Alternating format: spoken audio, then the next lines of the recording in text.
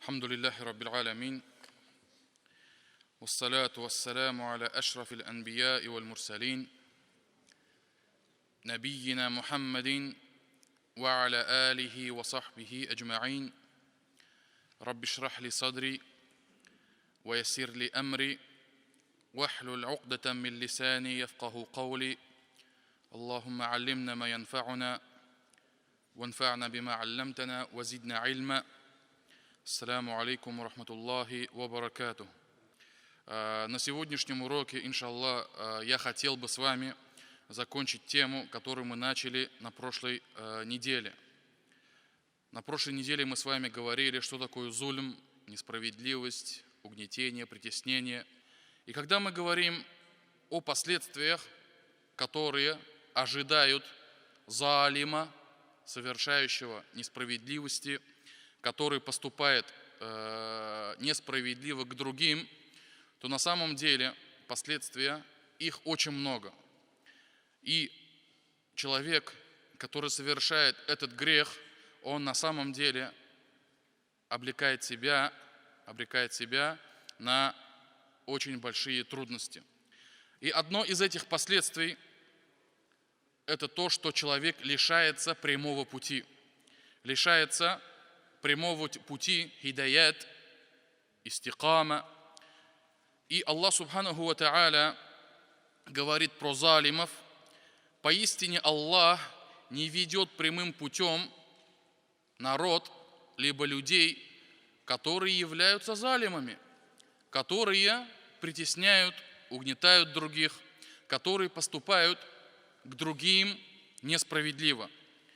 И когда мусульманин, верующий, в день как минимум 17 раз читает суру Фатиха в намазе, и в суре Фатиха в 4 аяте говорит: «Ихдинас сираталь мустаким», «Веди же нас прямым путем», дуа к Аллаху, то этот человек, Аллах сахласан, да, пусть Аллах обезопасит нас от этого, совершая вот этот вот грех, он сам себя лишает от этого дуа.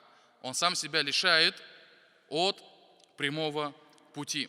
И поэтому Аллах Субханаху ва Тааля говорит, то, что этих людей Аллах не ведет прямым путем. Также залим, совершающий несправедливость, он лишается любви Аллаха. Аллах Субханаху ва Тааля лишает его любви и говорит то, что Аллах не любит притесняющих. Аллах Субхану ва Тааля в суре Шура, 40 аят говорит: «Иннаху ла юхиббу залимин». Поистине Он не любит притесняющих, угнетающих. И поэтому у несправедливости, у зульма очень много печальных последствий для человека, который погряз в зульме. Также ученые говорят, одно из последствий, то, что залим, он, не говоря уже о киямате, не говоря уже о судном дне, о спросе, который Аллах Субхану ва Тааля будет проводить, и о наказаниях в джаханнаме, не говоря об этом, человек, который приступает к границе дозволенного, притесняет других, он уже в этом мире обрекает себя на печали, на беды, а также будет подвергнут наказанию, мучениям в могиле. Азабуль кабр, кабр газаба. Аллах Субхану ва Тааля говорит: «Ва инна лиллазина заламу азабан дуна залик, валякинна аксарахум ла я'ламун». Аллах Субхану ва Тааля говорит: поистине тем, кто угнетали других, кто поступали несправедливо к другим, то им будет наказание помимо того. Аллах прямо так и говорит: наказание помимо того. Но многие из них не знают об этом, даже не догадываются об этом. И когда ученые говорят, ученые толкователи Корана говорят, то, что когда Аллах Субхану ва Тааля говорит наказание помимо того, здесь имеется в виду наказание помимо того наказания, которое он получит в судный день. То есть, значит, тут как бы много польз из этого аята мы можем в себе взять. Значит, это является доказательством, что человек до судного дня уже будет получать мучение, наказание, если он это заслуживал, находясь в могиле. Потому что на сегодняшний день есть группа, часть, отколовшиеся от прямого пути, заблудшие люди, которые являются мусульманами, но они говорят, что мы не признаем мучения в могиле. Их нету, потому что нигде об этом не сказано, не сообщено и так далее, и так далее. Что касается доказательства, то вот этот вот аят является указанием, что человек, совершающий зульм, уже будет получать это наказание в могиле. Еще судный день не настал, а он уже подвергается мучениям. И поэтому Аллах Субхану ва Тааля говорит, но большинство людей, которые очень много совершают зульм, они на самом деле даже не подозревают о том, что их ожидает.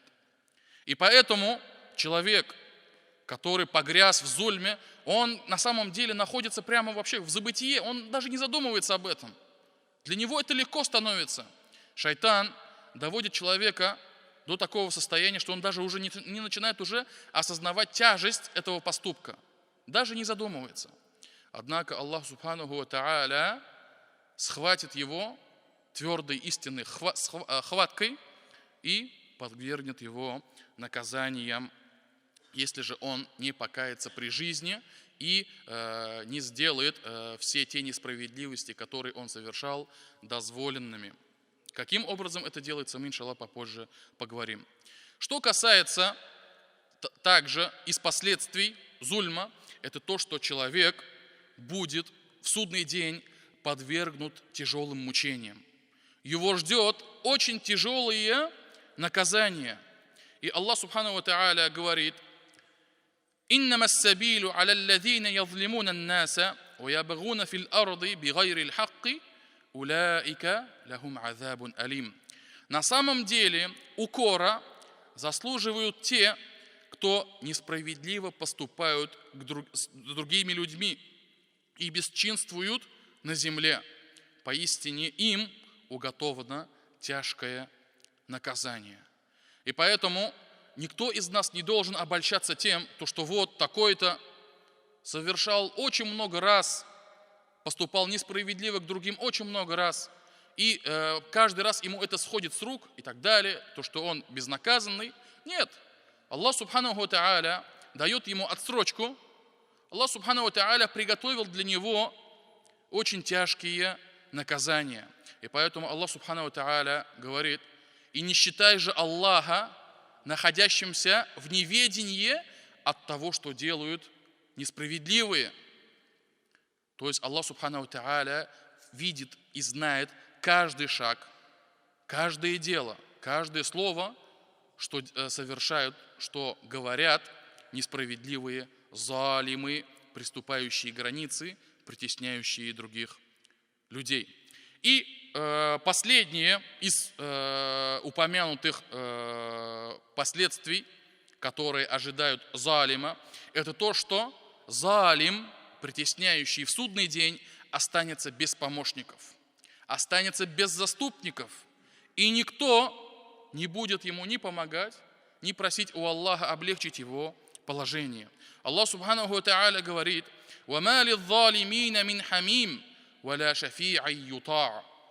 И у угнетающих, у притесняющих не будет никаких друзей, это в судный день, и не будет никакого заступника, который бы подчинился ему. И поэтому это суровое наказание человеку, который в судный день получит наказание от Аллаха. Также Аллах Субхану ва Тааля говорит: «Вама лиззалимина мин ансар». И у притесняющих не будет никаких помощников в судный день, и они не смогут, даже если они будут, они не смогут отвратить от наказания Аллаха этого человека. Теперь возникает такой вопрос: а что же делать, как помогать тем, кого притеснили, тем, кого сделали угнетенным, мазлюма, это называется по-арабски мазлюм, то есть угнетенный, да, тот человек, с которым поступили несправедливо. Посланник Аллаха, саллаллаху алейхи вассалям, говорит, что мы всегда должны помогать угнетенным словами, делами. И если даже этого не может выполнить человек, если, то есть, он беспомощный, ни словами не может ему помочь, ни руками своими, то хотя бы должен переживать своим сердцем. И посланник Аллаха, саллаллаху алейхи ва саллям, говорит, помогай своему брату, даже если он будет залимом или мазлюмом.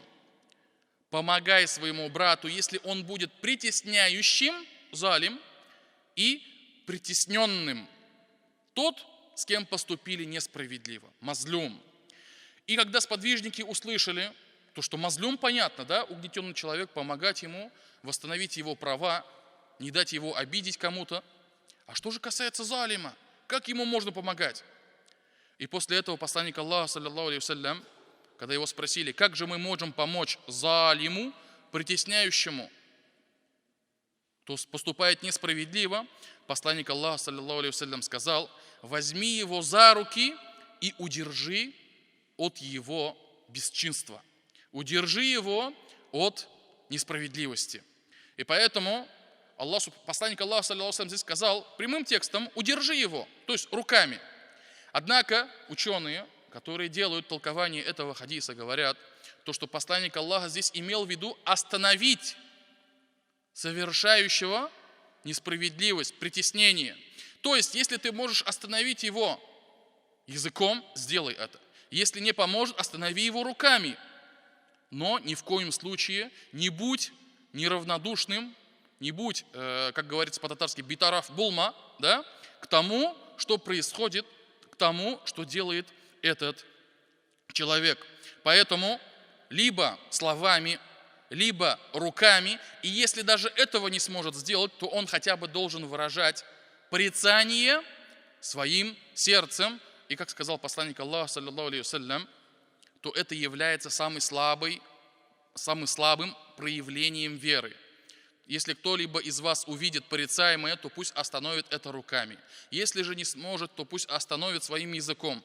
И если этого не сможет, то пусть порицает своим сердцем, и это является самым слабым проявлением имана, проявлением веры. И поэтому остановить притесняющего является наша обязанность. Также посланник Аллаха, саллаллаху алейхи вассалям, как приходит в хадисе от Бара ибн Азиба, то, что посланник Аллаха приказывал сподвижникам совершать 7 вещей. Из них посланник Аллаха, саллаллаху алейхи вассалям, приказывал посещать больного, следовать за похоронной процессией, то есть следовать за похоронами, также говорить тому, кто чихнул, говорить «Ярхамукаллах», также возвращать салям, отвечать на призыв посетить валиму, праздник какой-нибудь, либо никах, либо акика, а также способствовать выполнению клятвы и последнее – помочь обездоленному, помочь мазлюму, помочь угнетенному. Это 7 приказов, которые посланник Аллаха, саллаллаху алейхи вассалям, приказал совершать сподвижникам. То есть первые 5-6 понятны, да? Посещать больного, следовать за похоронной процессией джаназа, следовать за джаназой, также говорить чихнувшему мусульманину, если он скажет «Альхамдулилля», в ответ говорить «Ярхамукаллах», да помилует тебя Аллах. Возвращать салям. Кстати, возвращать салям является обязательным. Давать салям является сунной. И поэтому иногда часто так бывает, то, что человек просто не задумывается, да, сидит где-нибудь в комнате, либо стоит на улице, мимо него проходят и говорят «Ассаляму алейкум», и он что-то либо разговором, либо чем-то, да, он слышал это, просто не придал этому внимания, то он в этом случае должен был ответить на салям, потому что отвечать на салям является обязательным. И поэтому, если кто-либо не дал салям, он как бы не совершил сунну. Однако, если же он не ответил на салям, он не совершил ваджиба, обязательство, которое лежит на нем. И поэтому не забывайте говорить «Ва алейкум ассалям». И что касается группы людей, если группе сказали, допустим, да, на улице стоит 3 брата мусульманина, мимо них проходит один и говорит «Ассаляму алейкум», то если хотя бы один из этих 3 ответит на салям, то обязательство снимается со всех остальных. Также отвечать на призыв посетить никах, либо акику, валиму, да? И 6, способствовать выполнению клятвы. Имеется в виду, если кто-то другой поклялся совершить что-либо, и ты можешь помочь ему совершить эту клятву, то ты должен способствовать. И тем более, и еще более, то есть еще приказ еще более, обязательный, если человек поклялся совершить какой-либо ваджиб, либо фарз, обязательное действие. Поэтому, то есть ты сам не являешься дающим клятву, ты посторонний, однако эта клятва коснулась тебя каким-либо образом, то ты должен способствовать, чтобы эта клятва была совершена, чтобы была выполнена. И это является обязательством для тебя. И последнее, помогать угнетенному человеку, восстановить его права, помочь ему, оказать ему поддержку. И поэтому, что касается тех случаев, когда, например, получается так, то, что человек, как я уже вам говорил, да, не может помочь угнетенному, то в этом случае ни руками, ни словами он делает хотя бы порицание сердцем. Также ученые говорят, когда ты помогаешь, либо делаешь порицание притесняющему, угнетающему, то в этом случае ты должен быть достоверно знающим относительно этого действия. Ты должен точно знать, то, что он делает, является зульмом. Потому что часто бывает, человек, не имея знаний, считает то, что это порицаемое, и давай начать: аузубилля, брат, остановись, нельзя так делать. Почему ты так делаешь? Ты совершаешь грех, и так далее, и так далее. Но на самом деле то, что он порицает, не является порицаемым, не является зульмом, вот это будет ошибкой. Как, например, может быть случиться так, то, что выходит на улицу, а там мусульманин схватил кого-то и лежит на нем, да, не отпускает его. Он может подумать, то, что мусульманин взбесился, да, там, погорячился, полез в драку и хочет, там, допустим, навредить ему каким-либо образом. А на самом деле может оказаться так, то, что этот мусульманин нейтрализовал вора и ждет, пока придут там какие-либо органы, чтобы оформить этого воришку. И поэтому тот человек, который хочет помочь угнетающему, остановить его от этого дела, должен быть точно, достоверно знать, что то дело, которое он совершает, является зульмом, является порицаемым действием. Дальше, что же делать, если мусульманин когда-либо совершал зульм, когда-либо поступал несправедливо к другим и когда-либо притеснял других? И, безусловно, никто не безгрешен. Посланник Аллаха, саллиллаху алейхи вассалям, сказал: каждый из сынов Адама является ошибающимся. Однако среди ошибающихся самые наилучшие — это те, кто совершают покаяние, те, кто делают тауба. И поэтому кто-либо из нас, то есть каждый из нас когда-либо, может, совершал грехи, но важно то, чтобы мы осознали эти грехи, остановились от совершения этих грехов и больше никогда не возвращались к этим грехам. И Аллах Субханаху ва Тааля говорит в Коране: وَمَنْ يَعْمَلْ سُوءًا أَوْ يَظْلِمُ نَفْسَهُ ثُمَّ يَسْتَغْفِرِ اللَّهَ يَجِدِ اللَّهَ غَفُورًا رَحِيمًا. И тот, кто совершал порицаемый грех, либо поступал несправедливо к самому себе, и после этого он будет просить прощения у Аллаха, то он найдет Аллаха прощающим и милосердным. И поэтому милость Аллаха, милосердие Аллаха, оно безгранично.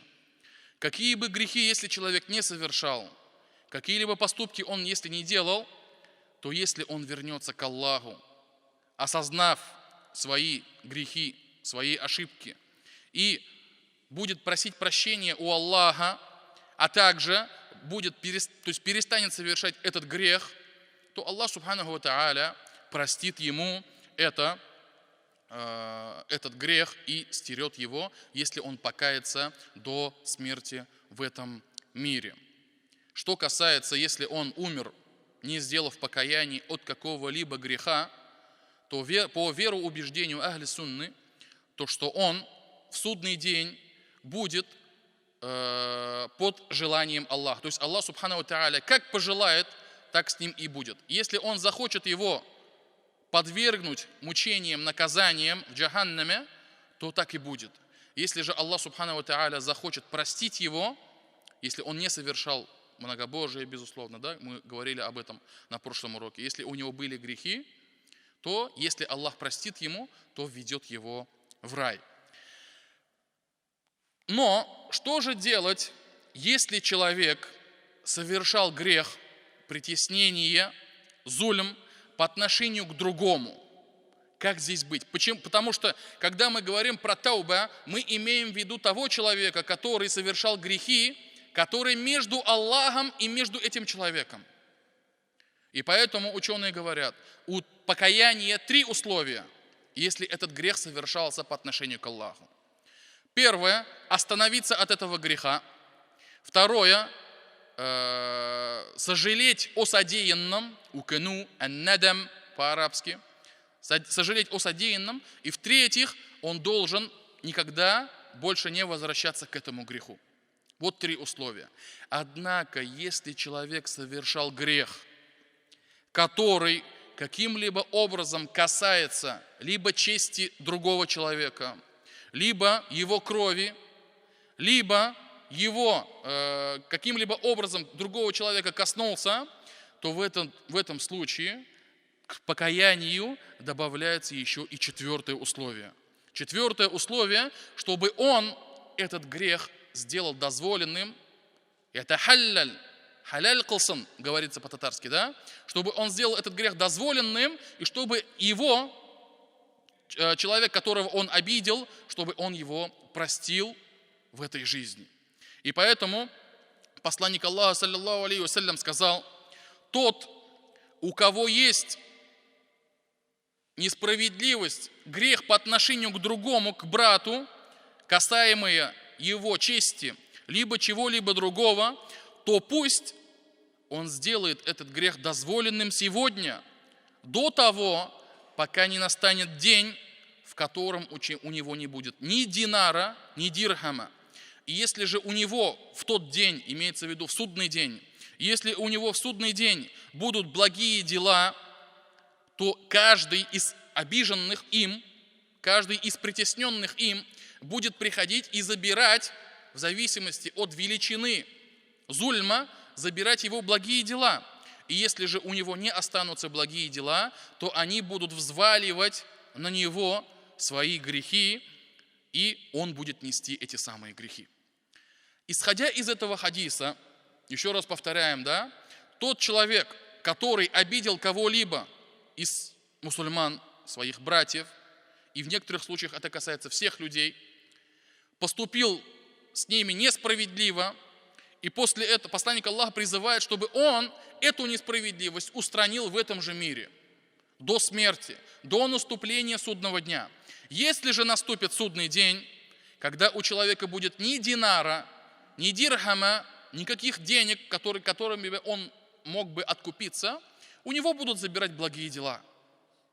И в итоге у него заберут благие дела, и если у него не останется совсем благих дел, то отдадут ему свои грехи. Мулла Али Кари, один из великих ханафитских ученых, мухаддисов, говорит, почему посланник Аллаха упомянул здесь до того дня, пока у него не будет ни дирхама, ни динара. Этот ученый говорит, то, что посланник Аллаха здесь нам указывает, то, чтобы мы до наступления судного дня у нас пока есть деньги, у нас есть возможность заработать. И посредством вот этих вот денег, вот этими вещами человек должен стараться искупить свой грех, должен стараться искупить свою несправедливость. И в этом случае деньги ему помогут, да? Потому что большинство несправедливости, которое часто происходит, касается именно пожирания имущества другого несправедливым образом. И поэтому этот ученый говорит, то, что здесь указание и напоминание всем верующим, всем мусульманам, пока не наступил судный день, то что сделайте? И откупитесь от своих несправедливостей, откупитесь от своих грехов, сделайте их дозволенными, просите прощения у того, кого вы обидели. Также в другом хадисе, это более, как сказать, раскрывает этот смысл. Посланник Аллаха, саллаллаху алейхи ва саллям, однажды спросил у сподвижников: вы знаете, кто такой муфлис, банкрот? Вы знаете, кто такой человек, который оказался банкротом? Сподвижники сказали: банкрот – это тот человек, который оказался без денег и без имущества. Ноль, да, как говорят у нас сейчас, да, банкрот. Посланник Аллаха, саллаллаху алейхи ва саллям, сказал: нет, банкрот – это тот человек, который придет в судный день с молитвами, с закатами, с благими делами, но вместе с этим он оболгал этого, обругал этого, сделал ему плохо, ударил его, либо побил его, либо пролил его кровь, и после этого будут приходить и забирать из его благих дел. И когда у него закончатся благие дела, они будут взваливать на него свои грехи и будут взваливать до тех пор, пока он не окажется в аду, пока он не будет брошен в огонь. И поэтому вот этот вот хадис является еще больше раскрывающим смысл того, что человек может совершать в этом мире благие дела, может совершать поклонение. Однако некоторыми своими словами, некоторыми своими делами вне этих поклонений, вне намаза, вне уразы, не во время давания заката или садака, он будет совершать некоторые действия, которые в итоге сотрут в порошок, стирут все то, что он совершал, все то, что он терпеливо, да, все то, что он делал богобоязненно, боясь Аллаха, да, и все это в итоге превратится в полный ноль, и, как сказал посланник Аллаха, этот человек окажется банкротом, пока даже не будет ввергнут в ад. И поэтому, если человек будет хотя бы, да, если человек будет оберегать свои два органа, как сказал посланник Аллаха, то этому человеку посланник Аллаха гарантирует рай. Посланник Аллаха, саллаллаху алейхи ва саллям, сказал: тот, кто гарантирует мне безопасность, либо то, что не будет совершать грехи этими двумя органами, свои половые органы, а также свой род будет держать на замке, то я ему гарантирую рай. И поэтому человек, совершая вот эти вот грехи даже языком, да, не просто кому-то там, допустим, руками навредил, допустим, да, либо еще что-либо. Нет, если он даже будет совершать грехи, которые происходят словами: гыйба, намима, поклеп, клевета, ложь, обман, то он рискует оказаться в огне, и таким образом он лишится того, что он совершал из благих дел в этом мире. Также существуют такие моменты, когда человек, допустим, поступал к другому несправедливо, делая про него гайбат, наговаривая на него, клевеща на него, либо говоря о нем плохое. Но после этого осознал свой поступок, осознал мерзость этого деяния и теперь хочет очиститься. Один из современных ученых говорит: как же быть человеку, который совершал несправедливость, который совершал зулем к своему брату путем гайбата, как ему очиститься? И после этого, как мы уже говорили, да, четвертое условие: он должен что сделать? Просить прощения у того человека, которого он обидел. То есть, грубо говоря, если человек говорил гайбат, то идет к тому, о котором он говорил гайбат, и просить у него прощения, чтобы он простил его. И вот этот шейх говорит, если же тот человек, о котором говорили гайбат, он терпеливый человек, мудрый человек, и поймет это действие, альхамдулилля. И таким образом человек приходит к нему и говорит: извини, брат, я вот тогда-то и тогда-то говорил о тебе нехорошее, недопустимое, я хочу, чтобы ты мне простил, и чтобы в судный день мы встретили друг друга, и мы были рады друг другу, да, не имели друг к другу никаких претензий. И после этого, если брат примет это, альхамдулилля. Однако, шейх говорит, если это может привести к еще большим проблемам, если это может привести к еще большей разрозненности, например, аузубилля, оказывается, ты про меня еще гайбат говорил, да я тебя сейчас там и так далее, да. Если он будет вспыльчивым, да, не поймет это, либо может привести к еще большему ухудшению отношений, то шейх говорит, то в этом случае желательно делать подаяние, садака, от имени этого человека. Если он боится, что приведет к неприятным последствиям, потому что его намерение благое, он хочет очиститься от этого греха. Однако, в этом случае он может, по словам шейха, сделать подаяние от имени этого человека, и иншаллах, таким образом он очистится от греха гайбата, от греха гайбата. Дальше, что касается проявлений несправедливости в нашей современности, в наше время. В каких делах наибольшее или часто совершается несправедливость, и люди впадают в этот грех? Самое первое и распространенное это является лжесвидетельством. Шахадату зур. Когда человек словами, да, лживыми, да, забирает у кого-либо его имущество, либо свидетельствует перед судьей и таким образом берет то, что ему не подобает, либо способствует тому, чтобы отобрали у другого человека то, что ему принадлежало по праву, то вот это вот называется шахадату зур. Посланник Аллаха, саллаллаху алейхи вассалям, однажды сказал: не рассказать ли мне вам о 3 самых великих больших грехах? 3 самых больших великих греха. Первое, посланник Аллаха, саллаллаху алейхи вассалям, сказал, это предавание Аллаху за товарищей. Второе, это ругание родителей. Укукуль валидейн, то есть относиться к ним неподобающим образом. И третье, это шахадату зур, лжесвидетельство.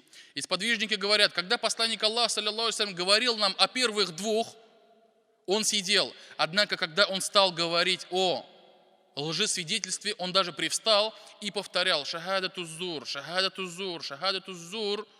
Часто повторял лжесвидетельство, лжесвидетельство, лжесвидетельство. И даже мы подумали, если бы он замолк, и боялись таким образом, то, что посланнику Аллаха, саллаллаху алейхи вассалям, будет плохо, после того, как он много раз повторил вот этот вот грех.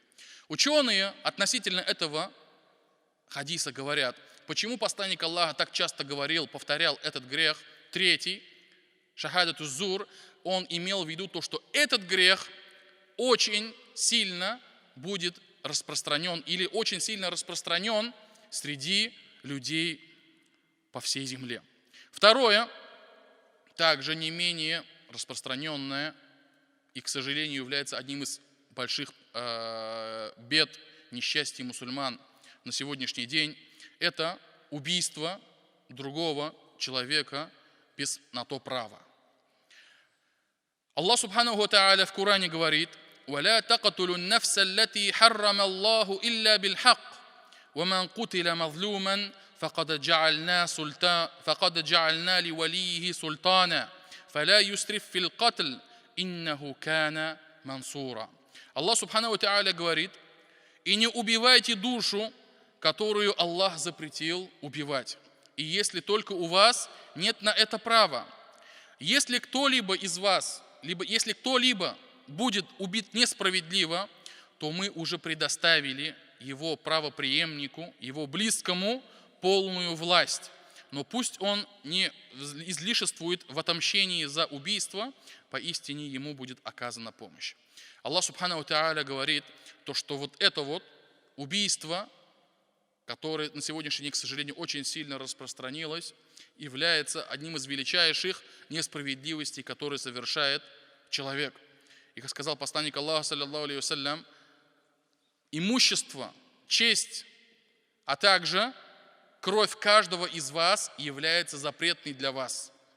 Является запретной для вас, как этот день, тот хадис, где посланник Аллаха, саллаллаху алейхи вассалям, говорил во время хаджа, в день жертвоприношения, в день праздника жертвоприношения, в Мина, в запретной территории, в Мекке, в харамной территории, посланник Аллаха, саллаллаху алейхи вассалям, сказал: честь, кровь, имущество каждого из вас является запретным для вас, как сегодняшний день, день жертвоприношения, как сегодняшний месяц, месяц Зуль-Хиджа, и как сегодняшнее место запретное, харам, территория харам в Мекке. И поэтому убийства, которые сегодняшний день происходят, они подтверждают слова посланника Аллаха, саллаллаху алейхи вассалям, то, что перед судным днем убийства очень будут сильно распространены. И в судный день первым грехом, за который будет взиматься спрос, за который будет спрошено, это кровь, то есть это убийство. И поэтому это также является одним из величайших несправедливостей, которые учиняют на сегодняшний день. Альхамдулилля, в нашем обществе убийство, это все далеко, альхамдулилля, у нас поспокойней, да? Город Нижнекамск, мечети, мусульмане, альхамдулилля, это вдалеке. Но теперь немножко переходим к тем вещам, которые являются реальностью для нас в Нижнекамске, в мечети, среди мусульман. Третья распространенная несправедливость среди мусульман – это не отдавать долги. Когда человек берет у кого-то в долг и после этого просто скрывается, пропадает, избегает, не отвечает на телефонные звонки, не возвращает, не хочет. Если бы это было бы по причине его тяжелого положения, то, что он не может сейчас отдать юг братинда, нет у него ни копейки сейчас. Это одно дело. Однако, когда человек, имея возможность, нарочно избегает, либо отсрачивает срок платежа, он должен сегодня вернуть, а он хочет эти деньги немножко прокрутить, там здесь поиграть, там поиграть, кто-то еще хочет купить, это хочет купить и не возвращает, и таким образом все тянет и тянет и тянет, он тоже совершает зульм. Тоже совершает несправедливость. Посланник Аллаха, саллаллаху алейхи вассалям, сказал, в Сахих Бухари приводится хадис: отсрачивание платежа или возврата долга, имеющим возможность это сделать, является зульмом. Тот человек, посланник Аллаха назвал его гани, однако здесь имеется в виду человек не богатый, а тот, который может это сделать, может вернуть. Если человек, который может вернуть долг, нарочно избегает возвращения долга, он своим делом совершает зульм. И, соответственно, все, что мы говорили на прошлом уроке, все, что мы говорили на сегодняшнем уроке, так или иначе может его коснуться. И поэтому часто так бывает, кто-то думает, что он более умный, чем другие, кто-то думает, что он более хитрый, чем другие. Вот сейчас чуть-чуть, только неделю там еще, допустим, здесь нужно там было это купить. Вот на следующей неделе должны вернуть, я, иншаллах, потом попозже отдам. Там и так далее, да? И такими намерениями, такими отговорками все отсрачивает, то в этом случае его действие не что иное, как зульм. И поэтому, если он, допустим, хочет эти деньги пока еще использовать на что-либо другое, пусть спрашивает разрешение того, с кем он обуславливался о взятии долга. То есть у кого взял в долг, попросить его: брат, у меня, конечно, есть деньги, но нужда. Сейчас, завтра там то-то нужно сделать, послезавтра то-то нужно сделать. Может дать еще отсрочку неделю. И если он будет правдив в своих словах и будет иметь твердое намерение, иншаллах, на нем не будет никаких грехов, если он возьмет разрешение. Если же он будет нарочно избегать, не отвечать на звонки, убегать там и так далее, то совершает зульм. Четвертое, также часто встречающееся у нас в нашем обществе, не отдавать плату работнику, не платить ему. Что касается не платить работнику, да, Аллах Субхану ва Тааля в священном хадисе, хадис Кудси, говорит: Аллах Субхану ва Тааля в судный день будет противником 3 людей. 3 людей будут противниками Аллаха, и Он будет действовать с ними соответствующе. Первое – это тот человек, который дал обещание именем Аллаха и потом нарушил свое обещание.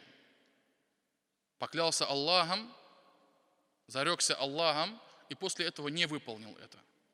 Второе – это тот человек, который продал в рабство свободного человека и потом использовал деньги, вырученные деньги. Но это, конечно, немножко далеко тоже от нас, да, на сегодняшний день рабства как такового не существует, но оно появится перед судным днем, оно будет. И поэтому во времена пророка, саллаллаху алейхи ва саллям, рабство было. И если кто-либо в пустыне там, или еще где-нибудь, да, когда никто никого не видит, да, захватил какого-то свободного человека и потом привез на рынок рабов и продал его как раба, и после этого эти деньги использовал, то он совершил очень большой грех.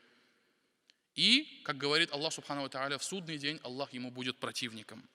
И третье, тот, кто нанял работника, который все выполнил, о чем они договаривались, и не дал ему его плату.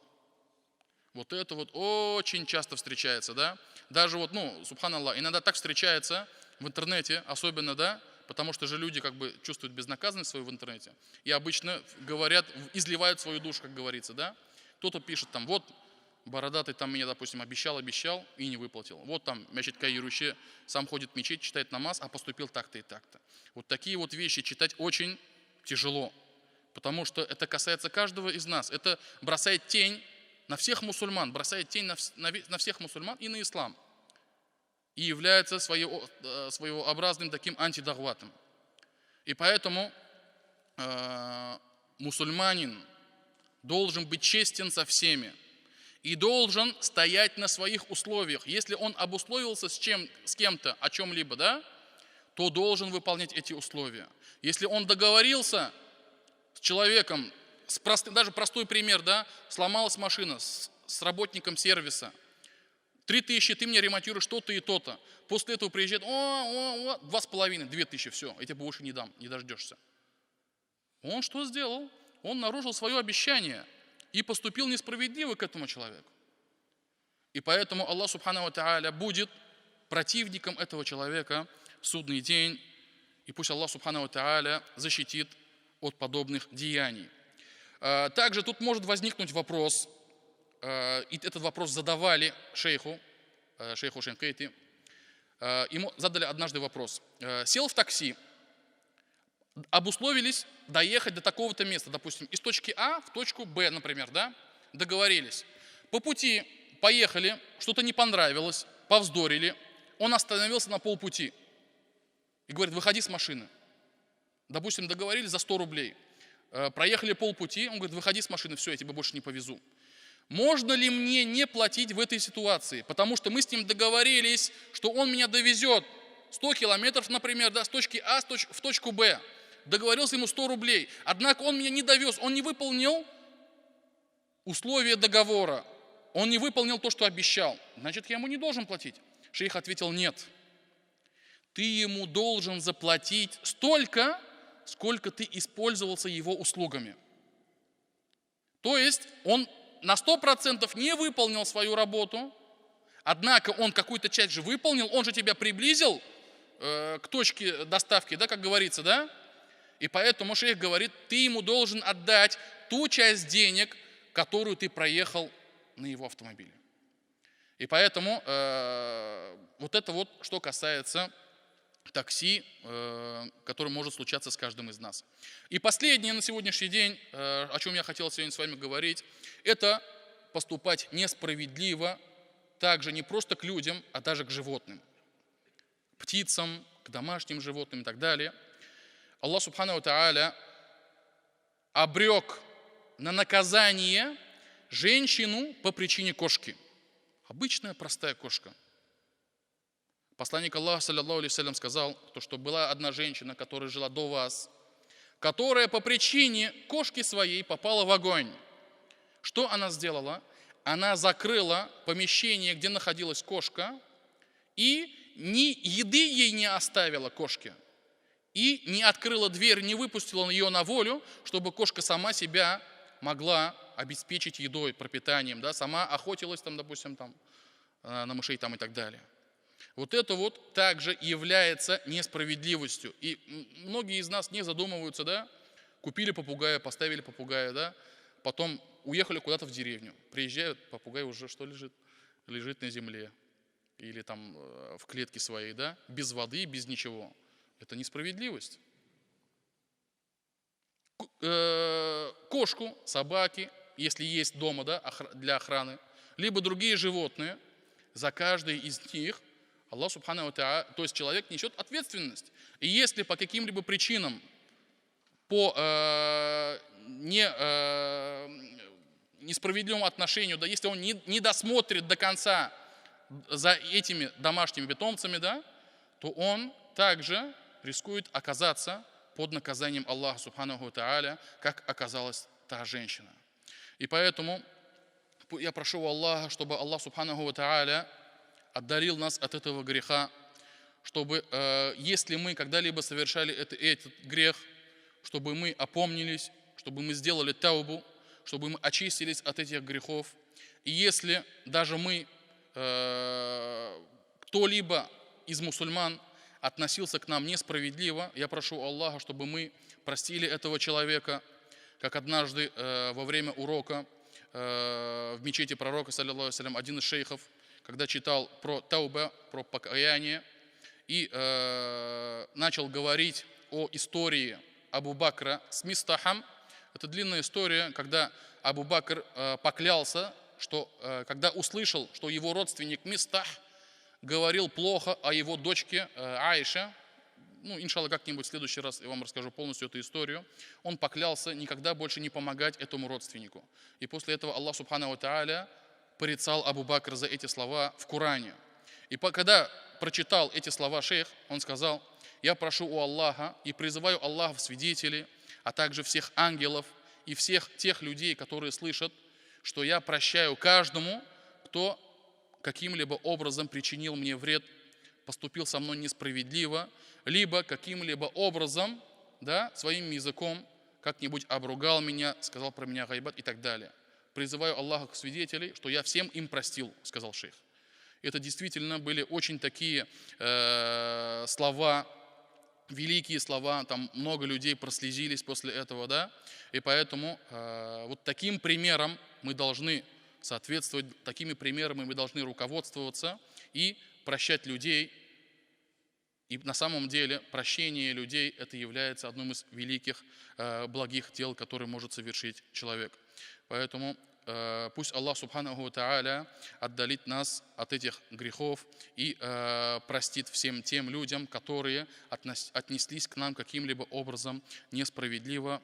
Субханак Аллахума бихамдик, ашхаду ан ла иляха илля ант, астагфирука ва атубу илейк.